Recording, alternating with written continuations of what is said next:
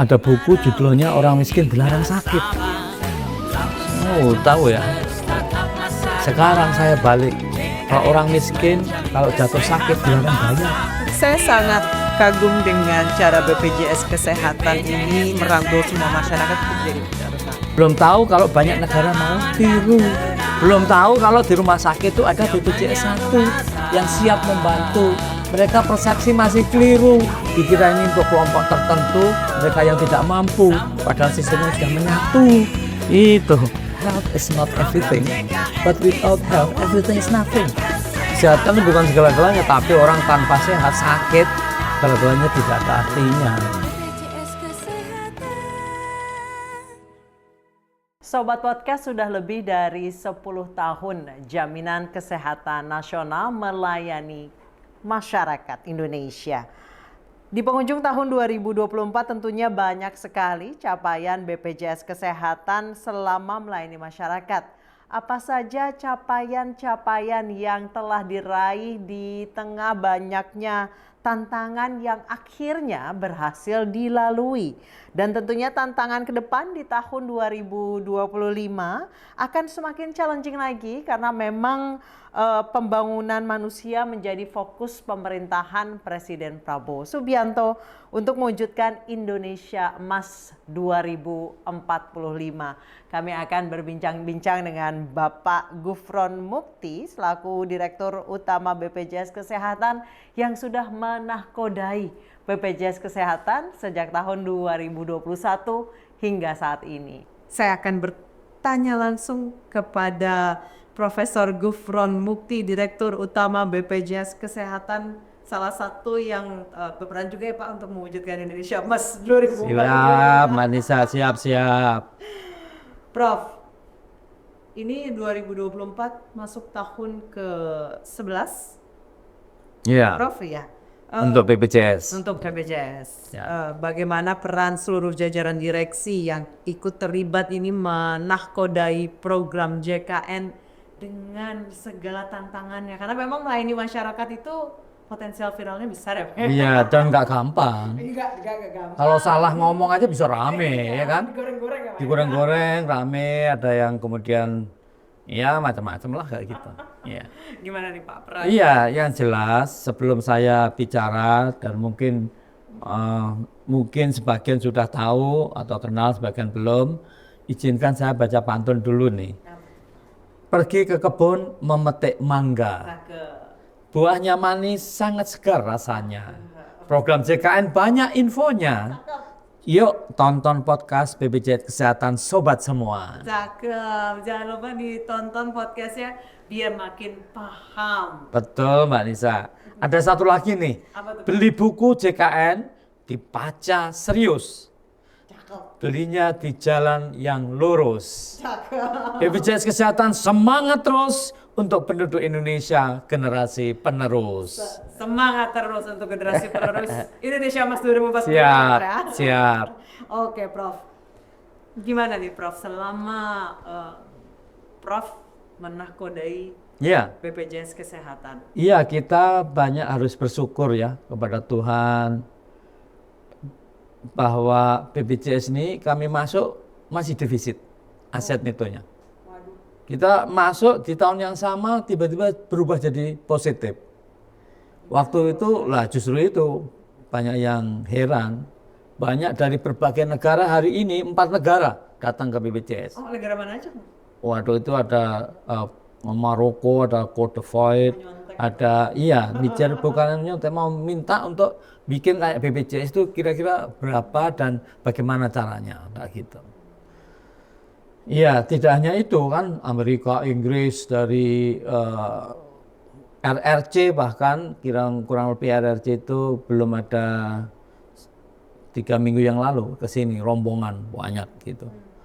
Tidak hanya itu, Jepang udah 2 kali dan lain sebagainya. Malaysia, pokoknya banyak negara pada datang. Kok bisa-bisanya BPJS menyulap dari defisit jadi positif, gimana ceritanya? Dari rumah sakit swasta yang ogah-ogahan kerjasama jadi pada antri kepengen kerjasama. Swasta elit sekarang mau. Oh iya, itu justru itu kalau disebut tadi apa pencapaiannya, terlalu banyak ya. Dulu sebelum kami masuk nggak ada Bu namanya istilahnya down payment atau pembayaran di muka. Sekarang kami bayar, belum diverifikasi sudah kami bayar. Wow. Oh. Kalau di swasta sekarang transaksi pembayaran itu kurang lebih lunasnya ya 2 bulan, 3 bulan. BPJS nggak sampai 2 minggu Bu. Iya lah, ini banyak yang nggak tahu. Gitu. Kasih uang muka juga. Tarif bersama Kementerian Kesehatan kita naikkan. Kepuasan meningkat tajam sekali. Utilisasi, waduh, waktu dibikin ya, kebetulan saya dulu ketua tim persiapan BPJS, itu sehari yang utilization-nya 252.000. Sekarang sehari 1,7 juta utilisasi sehari. Tahun kemarin BPJS tambahannya saja yang dibayar ke fasilitas pelayanan kesehatan itu 3 billion US dollar atau 45 triliun. Sudah pernah lihat belum Mbak Anissa uang 1 triliun? Ini 45 triliun tambahannya saja. Gitu. Tambahannya, bukan bayarannya, bukan tambahannya. Karena apa? Kepercayaan masyarakat meningkat tajam sekali, utilisasi naik tajam. Nah, kita bayarin gitu. Nah, Prof, sejak kehadiran program JKN kan dimulai dari predikat Universal Health Coverage. Iya. Mitra Vaskes ini terus Tambah, bertambah. betul. Apresiasi dari lembaga lainnya sampai tadi ada negara-negara pingin nyontek BPJS. Ya saling belajar lah, mereka kesini Kita belajar belajar. bagaimana ya. Kalau boleh tahu Prof, saat ini jumlah Peserta. Peserta tuh melonjak tajam sekali. Sekarang sudah lebih dari 98% pesertanya itu. Masyarakat. Dari penduduk Indonesia. Sekarang saya mau tanya, mana program yang pesertanya lebih dari 98% seluruh penduduk? Pemilu aja yang kasih gitu. Itu juga hanya itu ya.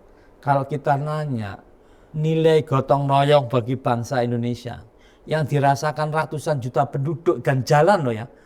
Nah, kalau bangun rumah boleh lah, tapi kira-kira berapa orang? 10 orang, maksimum mungkin 100 orang bangun rumah gotong royong gitu. Ini ratusan juta orang gitu. Tidak hanya itu, orang miskin dulu waktu saya di Jogja ya, saya dari rumah di Jogja itu ada buku judulnya Orang Miskin Dilarang Sakit. Iya, saya tahu. Tahu ya. Tahu. Sekarang saya balik, kalau orang miskin kalau jatuh sakit dilarang bayar. Gitu. Asal menjadi peserta BPJS yang aktif. Gampang, kalau nggak punya duit lapor, nanti bisa dikriteria, masuk kriteria oleh pemerintah pusat, itu bisa dibayari. Kalau enggak ya pemerintah daerah. Gitu. Sekarang bayi guru lahir aja bisa dapat kan? Iya, ya tapi kalau punya duit ya jangan sayang, bayar BPJS. Kenapa? Masyarakat Indonesia banyak yang kurang sadar bahwa kesehatan itu mahal.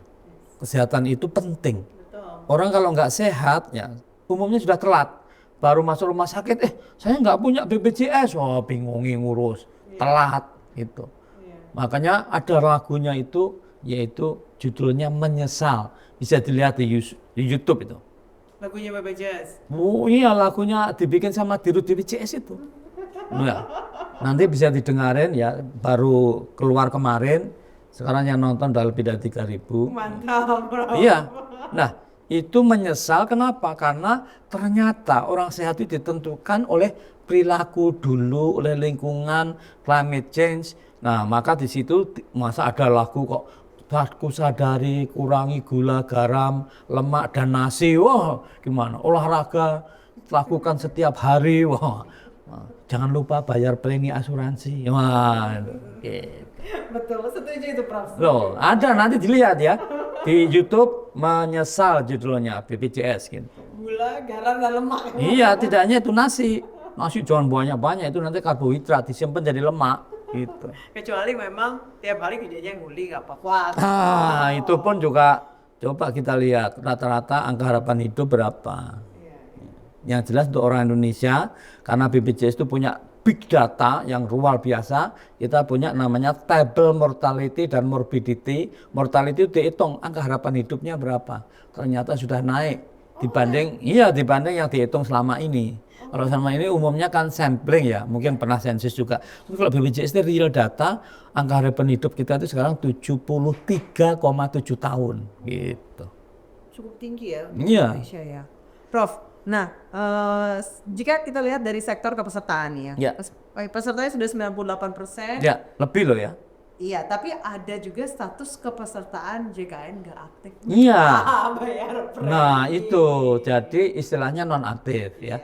Tapi yang nunggak itu tidak sampai ya kira-kira 15 jutaan orang yang menunggak ya. Sisanya itu dia nggak tahu menau, dulunya jadi peserta BPJS oleh ya kementerian tertentu yang mengurusi, bukan BPJS ya. Tiba-tiba dia tidak dianggap miskin atau ya pokoknya dikeluarin gitu ya. Itu bukan BPJS, BPJS itu pengguna dalam hal ini. Enggak mengeluarkan dia, enggak. Ini orang salah kok saya dicoret sama BPJS. Bukan, karena biasanya dibayari, sekarang enggak dibayari. Berarti dia nggak mampu ya? Iya, bisa gitu ya. Tapi tolong oleh karena itu dicek ya. Masyarakat, para sobat itu ngecek aktif apa enggak. Caranya gimana? Gampang sekali. Mobile JKN dicek gitu, bisa. Ditanya ke kantor BPJS boleh, WA boleh. Gampang sekali sekarang. Call center lah. Antri kalau dulu itu di rumah sakit tuh, waduh antri berjam-jam ya. Bukan orang yang antri, bro. Ya, namanya Sendal. sendal antri. Sekarang nanti bisa dari rumah, bisa dari warung kopi, bisa dari mana aja. Ini apa enggak luar biasa. Dan ini semua belum lama loh ya. Dulu peserta BPJS kalau ke rumah sakit, wah, Anda peserta BPJS ya? Wah, udah penuh gitu. Kalau enggak, oh, udah 3 hari ini Anda harus pulang. Itu semua sekarang sulit. Oh, sulit dicari ya. Kenapa? Kalau mereka diperlakukan didiskriminasi ya, itu boleh lapor, boleh memberikan rating rumah sakit ya. Bahkan kita melakukan namanya quality transformation, jadi transformasi mutu. Kalau konsepnya itu canggih ya, Donabedian, Edward Deming segala macam, tapi BPJS menyederhanakan. Nah ini, jadi kalau seorang profesor atau orang yang mungkin dianggap bisa itu menyederhanakan masalah dari kompleks jadi sederhana. Tapi kalau orang yang nggak begitu paham, masalah sederhana jadi kompleks gitu. Jadi ini masalah mutu itu oleh BPJS dibikin sederhana sekali.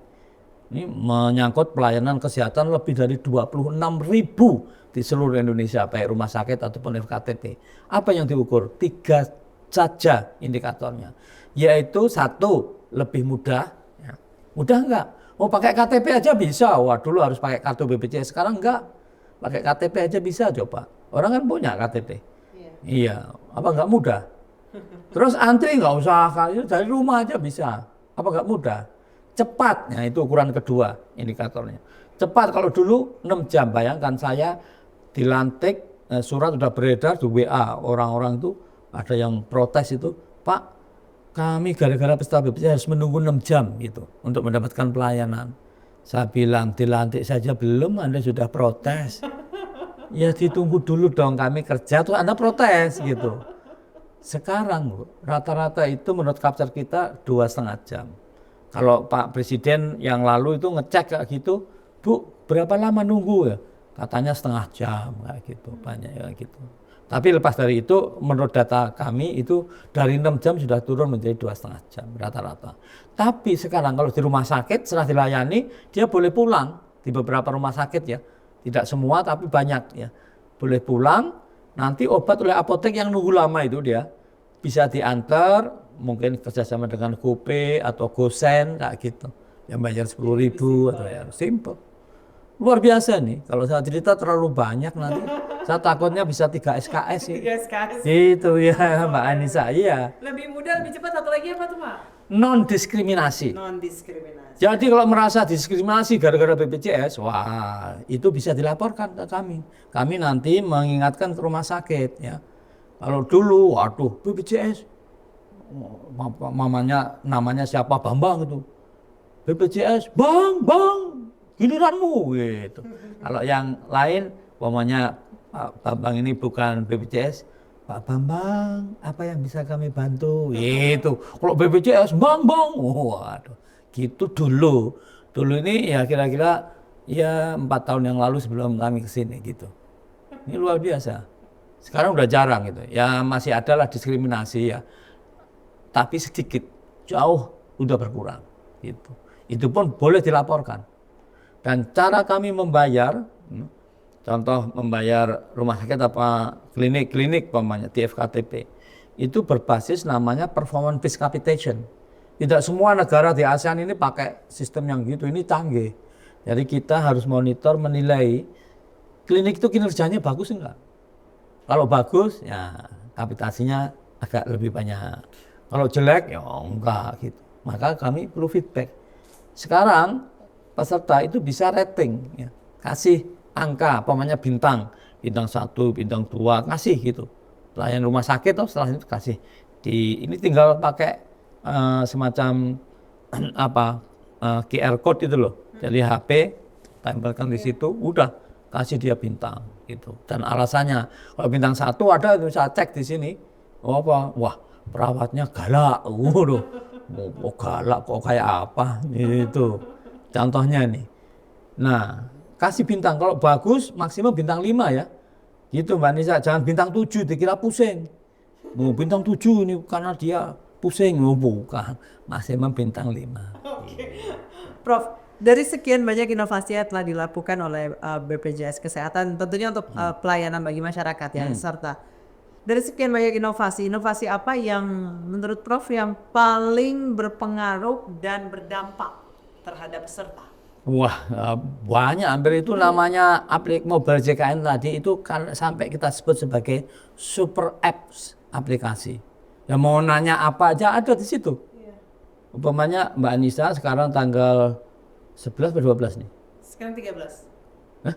Sudah tanggal 13? 13. Waduh. Ini kalau orang-orang tertentu nggak berani nyebut 13 aja. Angka keramat. Iya. Jadi angka 13 tapi gaji sudah habis. Ya. Pusing lah ya. Kalau dulu BPJS itu dipakai hanya oleh orang-orang yang sakit. Sekarang sehat terus dia mikir-mikir kok uang saya habis ya, pusing saya. Pusing ini karena uang habis atau karena ada penyakit di kepala. Lalu konsultasi bisa, dia kan sehat. Jadi sehat konsultasi boleh sekarang. Gitu. Jadi BPJS itu sekarang tidak hanya untuk orang sakit. Nah ini sobat podcast saya nggak tahu sudah tahu atau belum. Jadi bisa konsul apps juga ya? Wah tidak hanya itu, kami sedang uji coba. Ini yang lain belum, kami BPJS sudah. Yaitu video based telemedicine. Jadi Mbak Anissa kalau kepengen lihat dokternya nih biasanya cuma tas dari rumah sambil tiduran. Ya, saya ini kayak gini terus ini dokternya itu menarik apa enggak gitu. Terus kepengen lihat, dok boleh pakai video dok. Bisa. Apa enggak canggih? Canggih nih. Gitu. Luar biasa. Iya. Jadi nanti ya nggak perlu antri-antri di rumah sakit ya? Ngapain itu? Ya memang kultur ya. Iya kultur. Tapi kan nggak semua orang gitu. Ada ibu-ibu yang anaknya itu udah sekolah, cucunya pun sekolah, kesepian di rumah. Oh, pengen ketemu dokter. Iya, daripada di rumah kesepian, ke rumah sakit ketemu dokter, ketemu perawat, diajak ngobrol, gitu. Nah, dulu kayak gini banyak dan gratis ya. Ke depan kami mikir-mikir, gimana kalau yang seperti itu ditambah namanya cost sharing. Ya dia bayar tambahan sedikit lah, kayak gitu. Iya. Kan nggak perlu amat, ya, gitu. Oke, Prof. Ya. Dengan seluruh inovasi yang diciptakan BPJS Kesehatan, pastinya tujuannya untuk memberikan kenyamanan yang lebih pada masyarakat. Kalau dilihat dari sektor kepuasan peserta, indikator keberhasilan apa yang menunjukkan peningkatan yang dicapai pada tahun ini? Dan apakah masih ada tantangan yang tersisa di tahun ini, Prof, yang mau dilanjutkan di tahun ini? Iya, tantangan selalu ada dan selalu banyak ya. Saya itu sampaikan ke teman-teman yang sedang ambil S2, S3 itu. Nah, masalahnya bagi teman-teman yang sedang ambil S2 atau S3, masalahnya itu mereka nggak punya masalah. Kenapa, Prof? Ya karena pusing. Karena orang mau bikin tesis kan harus berbasis masalah. Iya. Tapi nggak punya masalah. Cari masalah. Saya sampaikan kalau Anda nggak punya masalah, datanglah ke BPJS, masalahnya banyak, saya kasih masalah. Buat penelitian. Iya, banyak masalah. Jadi kalau tadi Mbak Nisa tanya apa masih ada challenge, tantangan, masalah, banyak di sini. tempat masalah gitu. Tapi kan bukan berarti tidak kita selesaikan dan bukan kita sudah on the right track. Itu yang orang nggak paham tiba-tiba nih mau tak ganti gini BPJS. BPJS itu kan untuk orang miskin. Waduh, telat dia kurang piknik gitu. Iya, kebetulan saya itu dulu konsultannya Jamkesmas, Askeskin. Masa mau diulang? Kan udah 10 tahun yang lalu itu. Iya, dia karena ngelindur dia, kurang piknik nggak tahu. Tiba-tiba mau bikin dikira BPJS untuk orang miskin gitu. Bukan 98% penduduk gitu. Iya. Prof, Ya, tahun ini digitalisasi layanan jadi sorotan utama nih, Prof. ya. Bagaimana perkembangan teknologi membantu BPJS Kesehatan untuk efisiensi dan efektivitas operasional, Prof? Iya. Kota besar mungkin masyarakatnya paham. Iya. Tapi kalau misalnya di kota-kotanya Iya. ya agak-agak Iya. Cuman seorang sering salah ya. Salah persepsi. Kalau kesadaran atau literasi digital itu kan bukan tugasnya BPJS. Masa literasi, masa kalau jelek salah BPJS lah. Gimana yang benar aja? user friendly nih apps-nya. Iya, sudah sangat user friendly gitu. Jadi sering gitu. Nah, kalau orang Pak gara-gara kami BPJS ini dokternya kosong Pak. Loh, disalahnya BPJS. Dokternya nggak tepat waktu nih jadwalnya. Lah, memang BPJS ngatur jadwal. BPJS menempatkan dokter. Enggak. Jadi gini loh. Ini di pelayanan kesehatan ada namanya supply side, ada demand side. Supply side ya kayak infrastruktur, bikin fasilitas pelayanan kesehatan jauh apa dekat, lengkap apa tidak, ada dokternya apa tidak, bukan urusan BPJS atau bukan tanggung jawab BPJS. Ini saya harus jelasin karena banyak orang nggak paham, salah paham. Ya, cuman saya nggak nyebut siapa yang tanggung jawab, nanti kan nggak enak kalau disebut. Itu shifting roles gitu sih. Iya, nah yang jelas kalau BPJS itu orang bisa akses ya, whenever they want, ya, everywhere, every time, every person, ya, itu maybe they can access with quality of care without financial hardship, tanpa kesulitan keuangan. Itulah tugas utama dari BPJS di demand side, itu pun untuk personal health. Orang masih nggak paham juga apa itu namanya personal health gitu. Bener, jangankan masyarakat loh ya, yang harusnya paham dia sering nggak paham. Personal health itu dalam bahasa Indonesia di kesehatan namanya UKP, upaya kesehatan perorangan. Nah kalau public health bukan urusan BPJS gitu. Ini disebut ini di dalam undang-undang personal health. Kita menyangkut promosi, prevensi, kurasi, rehabilitasi, tapi personal health. Jadi yang tanggung jawab ada sendiri. Kalau ada COVID itu ada yang tanggung jawab, ada lagi beta, bukan BPJS gitu loh. Pokoknya tuberkulosis, bagaimana sistem surveillance-nya, active detection-nya, reportnya itu beda lagi, bukan BPJS gitu. Ini orang pada nggak, mohon maaf loh, belum nyampe gitu. Sehingga Mungkin yang paling dekat top of mind. Iya. Kesehatan, Bro. Jadi namanya branding atau top of mind ya. Orang kalau ditanya sekarang ya, asuransi kesehatan terbesar atau asuransi kesehatan apa yang Anda tahu? Jawabnya BPJS. Apa enggak kacau ini? Jadi ada sebuah perusahaan asuransi, saya nggak saya nyebut, dari luar negeri beroperasi di Indonesia dan mereka punya alokasi dana untuk branding, untuk marketing segala macam. BPJS itu sangat minim untuk itu.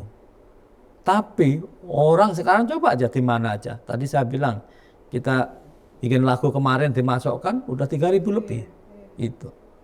Yang nonton ya, nanti biasanya terus banyak gitu.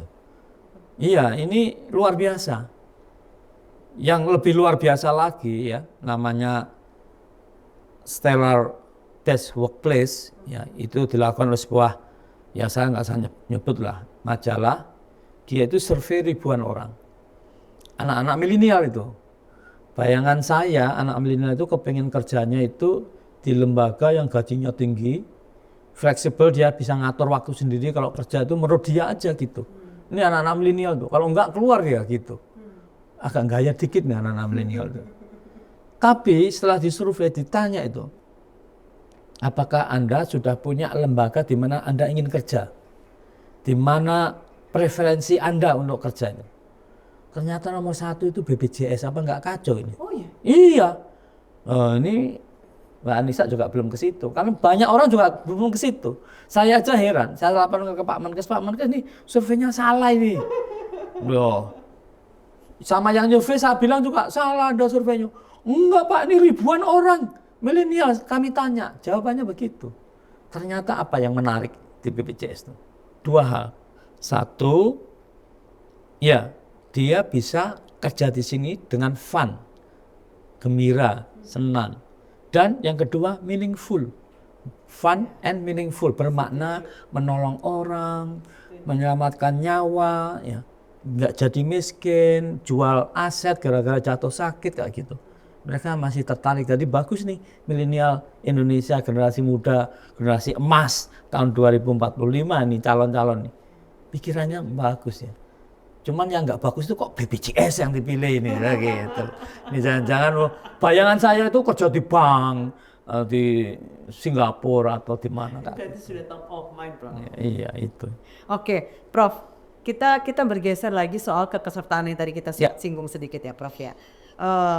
Bicara soal kepesertaan tidak terlepas dari pembiayaan. Iya. Prof, bagaimana tren pendapatan iuran yang terjadi selama tahun 2024 nih, Prof? Iya, jadi begini. Memang menurut peraturan presiden itu sebetulnya setiap 2 tahun boleh di-adjust ya. Karena ada inflasi medis dan inflasi di bidang kesehatan itu tertinggi dibanding inflasi umum ya. Gitu.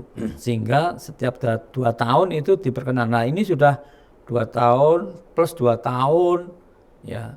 Karena waktu itu wah ini pemilu ya, jangan naik BPJS gitu. Gitu. Nah, saya tidak ngomong di situ. Ya, ada.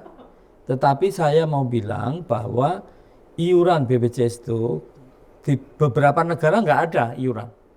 Yang ada dia APBN. Indonesia enggak, APBN itu hanya yang miskin atau sebagai pemberi kerja gitu. Maka yang didiskusikan di DPR itu adalah PBI-nya gitu. Jumlahnya untuk uangnya sekitar 46 triliun gitu. Nah, tapi BPJS ini tahun depan itu sekitar 200 triliun lebih. Belum pernah kan lihat uang 1 triliun? Ya, ini 200 triliun gitu. Jadi, tapi ini bukan uangnya BPJS, bukan. Uangnya peserta, uangnya masyarakat kayak gitu. Itu yang luar biasanya nih BPJS nih. Karena kalau itu asuransi di tempat lain tuh miliknya perusahaan gitu. Ini dari bukan. masyarakat Ini untuk masyarakat. Untuk masyarakat. Jadi ini satu bentuk gotong royong yang tadi saya sampaikan dirasakan ratusan juta penduduk gitu. Jadi saya mau sampaikan bahwa jangan khawatir ya. Asal bayar aja rutin ya, iuran collection rate-nya belum pernah nih tercapai seperti sekarang ini 95% lebih. Dulu wah, karena dulu itu hanya 70, Bu Menteri Keuangan aja juga heran kok bisa ngumpulin duit nih gimana gitu. Kenapa? Karena kita sudah channel pembayaran atau channel of payment itu lebih dari 950.000. Kalau Mbak Anissa bisa nyebut ya, saya nyebut 10 aja sulit. Ada GoPay, ada OVO, ada Auto Debit, ada, waduh ini baru 5 sudah agak berhenti gini.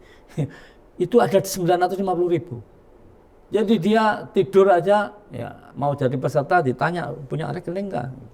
Yang penting, oh iya kalau lupa bayar nggak apa-apa, Auto Debit langsung dia bayar. Saya sangat kagum dengan cara BPJS Kesehatan ini merangkul semua masyarakat untuk jadi peserta. Punya SIM. Oh iya. BPJS Kesehatan. Intinya dikaitkan dengan pelayanan publik. Jadi kalau dan itu ada perpresnya. Nah, paling tidak Inpres nomor 1 tahun 2022 untuk optimalisasi program JKN, Presiden memerintahkan kerjasama 30 kementerian lembaga. Nah, sesuai dengan tugas fungsi pokoknya dari kementerian dan lembaga itu. Kalau fungsinya itu untuk bikin SIM, ya dipermudah. Mau umroh, ditanya. Coba aja sekarang mau umroh. Mau haji, ditanya. Iya. Kemarin apply Schengen ditanyain. Oh iya. Iya. Itu yang benar. Ada orang nanya saya, loh Pak, saya udah punya asuransi komersial kok masih ditanya punya BPJS apa enggak? Lah, Anda terbalik. Asuransi yang bukan pokok, ya itu istilahnya bagus Anda punya, tapi tidak wajib. Yang wajib ini asuransi publik atau asuransi semacam BPJS Dan ini. dengan kami punya BPJS Kesehatan, kalau terjadi sesuatu di Iya. luar negeri, pada saat naik haji atau saat keluar negeri, dilayani di sananya Pak, gratis. Waktu naik haji. Iya, yang jelas itu lain ya yang melayani itu, tetapi keluarganya dia mau persiapan ya istilahnya manasik ataupun dari sana pulang ya banyak ya yang pulang itu batuk-batuk, sakit itu banyak ya.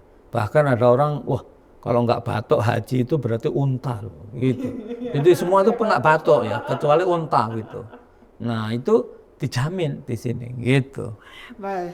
Pak, saya ingat dulu ketika awal-awal BPJS Kesehatan atau program JKN ini berjalan, rumah sakit itu udah kayak dunia fantasi waktu lagi liburan sekolah. Wah. Wah, penuh sekali. Iya. Kemudian ada aturan harus melalui FKTP. Iya. Puskesmas dan Iya. lain baru Iya. kan. Nah, untuk saat ini bagaimana dengan angka pemanfaatan baik di FKTP maupun FKRTL? Iya. Sudah Itulah maksimal. salahnya, bukan salah ya, istilahnya kurang pas ya. Persepsi masyarakat kita yang kurang percaya kepada dokter di layanan primer di puskesmas. Itu menurut saya nggak pas. Dokter di sana itu di training. Saya itu mantan dekan fakultas dokteran ya. Mantan rektor Trisakti itu hampir 5 tahun. Mantan ketua dekan-dekan kedokteran seluruh Indonesia ya. Dan lain-lain lah gitu. Itu kita ajarkan kepada dokter itu untuk bisa memberikan pelayanan terbaik gitu. Jadi harusnya itu percaya, tapi banyak orang kita nggak percaya. Puskesmas dulu tukang stempel aja. Saya mau dirujuk sana, tolong stempelnya loh. Wah gitu. Sekarang enggak ya. Kenapa? Karena tadi saya sampaikan, kita cara bayar kepada FKTP, termasuk puskesmas klinik, kita hitung ya, Anda kinerjanya bagus enggak? Antara lain itu rujukannya. Kalau rujukan terlalu banyak, ya, wah ini berarti dia nggak berfungsi. FKTP Iya, sudah ada KPI-nya juga ya? sudah ada. Dan itu namanya gatekeeper ya, dia semacam penjaga gawang gitu. Itu Obama ya 2 kali tuh telepon Presiden Indonesia. Kok Obama healthcare reform aja belum jalan baik, kok BPJS bisa jalan baik, itu gimana caranya? Duitnya Indonesia itu jauh lebih sedikit kok bisa jalan. Ya. Padahal di Amerika itu setahun yang dari pabrik saja 980 billion US dollar. Kita nggak sampai 20 billion ya. Itu banyak mereka. Tapi ya tidak sebaik BPJS lah gitu. Kenapa? BPJS ini kalau Mbak Anissa di Bandung umpamanya periksa ya itu rekam medisnya Mbak Anissa bisa ngecek gitu. Tahun lalu ini di vaskes mana, rekam medisnya kayak apa, obatnya apa, diagnosisnya apa. Dan kalau Mbak Anissa izinkan, karena ini harus inform concern, dokter di Jakarta, dokternya Mbak Anissa bisa tahu gitu. Apa nggak canggih? Amerika belum bisa. Iya, Amerika bisanya satu universitas atau klinik atau rumah sakit ya. Katakanlah rumah sakit di Mayo Clinic, klinik di Mayo Clinic, rumah sakit di Johns Hopkins University kayak gitu bisa. Tapi cuma lingkungan itu aja, bukan negara. Chain hospitalnya doang. Iya di situ aja sama rumah ini seluruh Indonesia. Oh, apa nggak canggih itu? Mantap itu. Wah itu.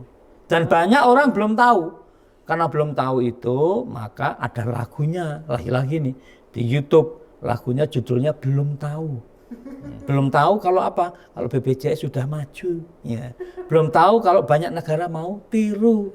Belum tahu kalau di rumah sakit itu ada BPJS 1 yang siap membantu. Mereka persepsi masih keliru. Dikira ini untuk kelompok tertentu, mereka yang tidak mampu. Padahal sistemnya sudah menyatu. Itu. Setuju, Prof. Setuju. Prof, saat ini kita berbicara lagi soal masyarakat yang kadang-kadang suka lupa balik. Iya. Lupa ingatan. Ketidaksadaran peserta untuk bayar iuran. Entah mungkin lupa pernah terdaftar atau mungkin Iya. sudah dianggap Artinya tidak apa? lagi tidak mampu. Artinya apa? Artinya concern terhadap kesehatan dirinya itu masih kurang. Kalau orang, Nanti kalau sakit baru, iya, itu pada daftar kok. oh banyak gitu tuh banyak sekali, iya. Jadi orang kalau melihat namanya, wah kecantikan saya ini penting, wah dia pasti setiap hari tuh, gimana apa ada iklan apa ada tertarik lagi nih. Nah, kesehatan kok dia sampai lupa, berarti kan nggak concern dia. Lupa bayar, lupa ikut, lupa sudah menjadi peserta apa enggak, concern apa enggak pertanyaan saya. Yang menarik di beberapa masyarakat kita, itu beli rokok sebulan 500.000 minimal. Dia kuat. Bayar BPJS 42.000 nggak sampai 1/10, merasa berat. Iya. Nah ini pertanyaan saya loh, Anda tuh nganggap penting apa enggak kesehatan Anda? Kan gitu. Gitu. Ya. Ya nanti ada yang protes, coba aja. Loh enggak bisa dibandingkan dengan rokok. Iya, rokok itu tidak bagus untuk tubuhnya. Gitu. Nah, banyak yang mengaitkan kondisi itu, Prof, dengan defisit BPJS Kesehatan yang akan berdampak dengan kenaikan iuran. Iya. Wacana itu loh, Prof. Iya. Pemberlakuan kelas rawat inap standar. Iya. Nah, itu gimana tuh, Prof? Ya jelas kalau Anda lihat ya Pak Menkes, Bapaknya menyampaikan tahun 2025 tidak ada kenaikan. Gitu. Iya, yang jelas BPJS ini sehat walafiat. Oh itu. Keuangannya ya, sehat walafiat. Ya. Jadi uang itu sehat apa enggak itu diatur di dalam peraturan pemerintah. Kalau aset netonya itu bisa bayar klaim 1,5 bulan minimal sampai maksimal. Jadi kalau terlalu banyak uangnya juga nggak boleh gitu. Wah terlalu banyak nggak boleh, defisit nggak boleh, terlalu sedikit juga nggak boleh gitu. Ya pas-pas gitu loh. Harus imbang Ya seimbang, pas. Ya, pas itu sehat itu berapa? Klaim 1,5 bulan sampai maksimum 6 bulan. Nah BPJS berapa? 3,5 bulan. Gitu. Jadi sehat. Gitu. Oke, Prof. Ini orang agak ngaco aja gitu, sering khawatir nanti gimana kalau BPJS gagal bayar. Mana gagal bayar? Untuk diketahui, down payment kami bayarkan, belum pernah loh ya.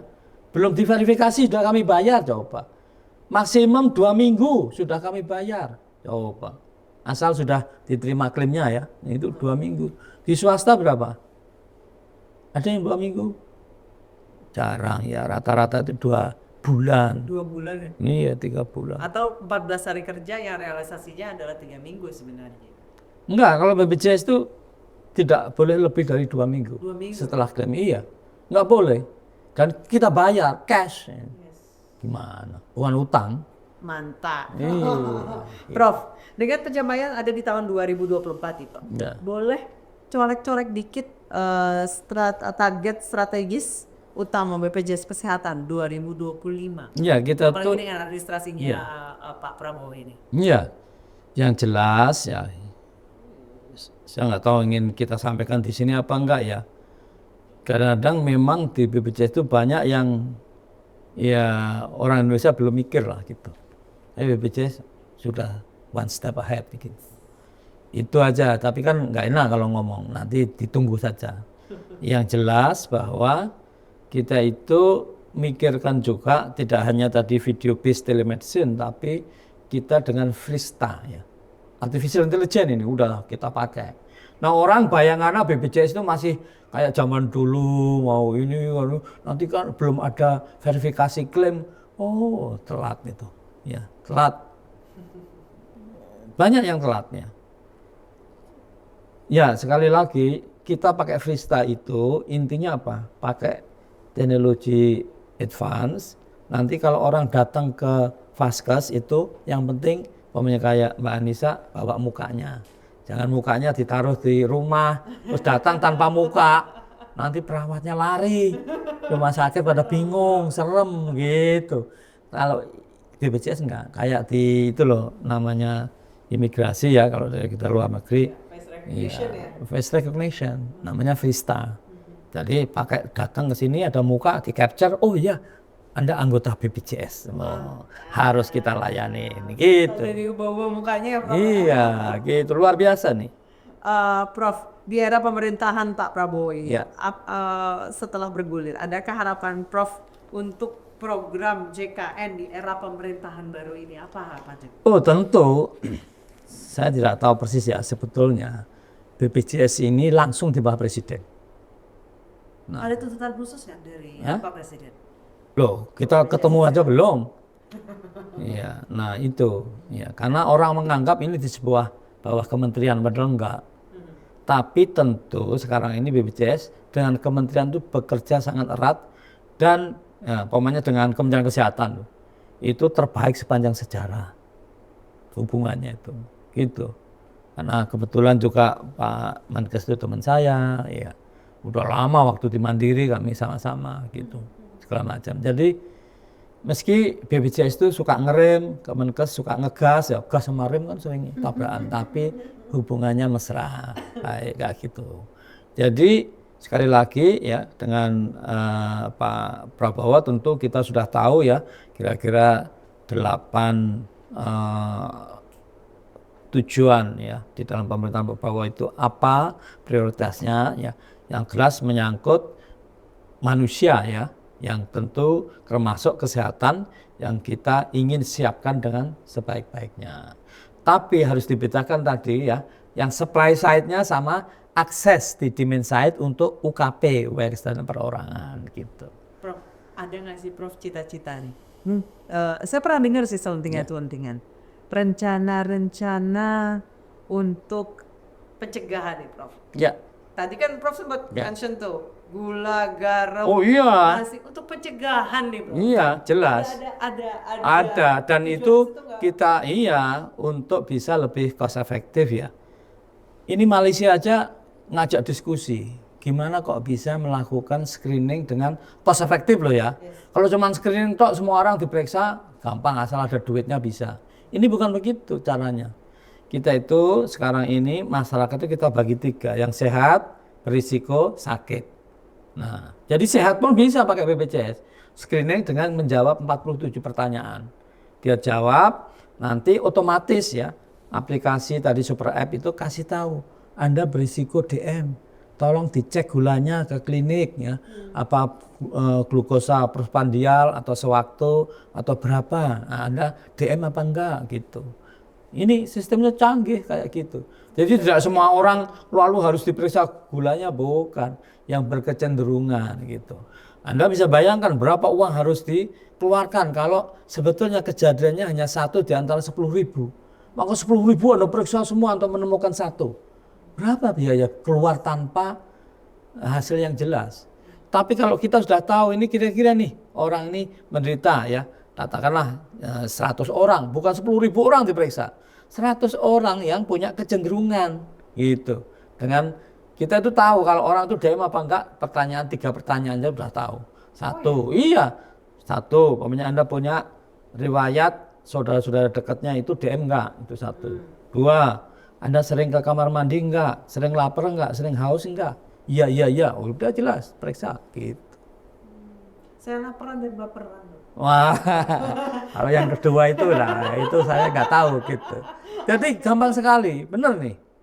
Iya. Sebenarnya cukup dari situ aja. Itu dari situ yang nanti masuk klasifikasi kita periksa. Bukan setiap orang nggak ada babi bunya, nggak ada kaitannya diperiksa, buang duit. Ya, iya, jadi kita tuh resources, artinya sumber daya ini kan always limited ya. Kalau orang barat sana bilangnya always scarce, jadi resources is always scarce, but demand always unlimited gitu. Jadi demand selalu tidak terbatas ya. Maka kita harus bijak di dalam penggunaan resources yang terbatas itu. Caranya gimana?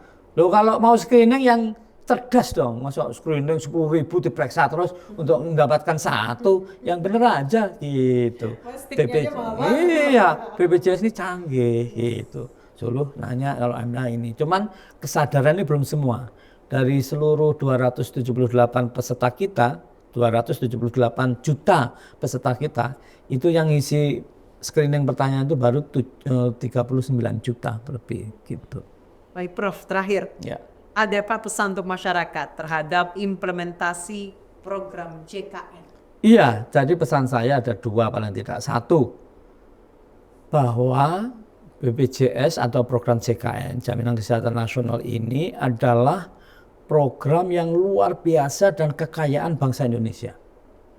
Karena tadi saya tanya, saya malah kepengen kasih hadiah pada pendengar podcast semua itu, kalau bisa jawab, mana nilai gotong royong yang bisa dirasakan ratusan juta penduduk Indonesia selain program CKN? Sulit jawabnya. Itu yang pertama. Jadi maksud saya adalah ikut uri-uri, ikut menjadi peserta, ikut dirubah mindsetnya bahwa kesehatan itu mahal, harus kita gotong royong bersama-sama. Kalau kita bisa bergotong royong, semua bisa tertolong. Itu yang pertama ya. Yang kedua ya, tolong ya kasih tahu ke temannya, saudaranya, tetangganya, siapa saja sudah punya BPJS belum? Gitu. Aktif enggak? Jangan hanya punya tapi dorman atau non aktif ya. Jadi ya itu yang kedua, tolong cek keaktifannya. Pakai mobile JKN. Pakai mobil JKN boleh, pakai WA boleh, WA di 0811 65 165 atau call center di 165 ya. Jadi gampang sekali semua. Terus ya, jadi yang penting harus aktif menjadi peserta bahwa kesehatan itu penting. Maka orang bijak mengatakan health is not everything, but without health everything is nothing. Kesehatan itu bukan segala-galanya, tapi orang tanpa sehat sakit, segala-galanya tidak ada artinya. Maka harus dijaga. Ini yang kurang. Nah, itu ada, jangan sampai menyesal. Sekali lagi itu, nanti lihat di YouTube apa tuh menyesal tuh. Nah, biar tidak menyesal, maka climate change itu harus kita antisipasi, lingkungan harus bagus, ya pola hidupnya harus sehat, ya kurangi makan gula, garam, lemak, dan nasi jangan banyak-banyak gitu ya. Nah, tapi olahraga rutin, lakukan tiap hari sesuai dengan kemampuan ya. Ada yang mampu lari 45 kilo silahkan aja, tapi kalau mampu Jangan lari dari kenyataan. jangan lari dari kenyataan gitu. Benar sekali. Yang terakhir jangan lupa beli asuransi BPJS kesehatan. Ini penting untuk antisipasi dan tidak hanya waktu sakit ya. Sehat pun kalau BPJS bisa dimanfaatkan. Ini orang pada nggak tahu gitu. Gitu.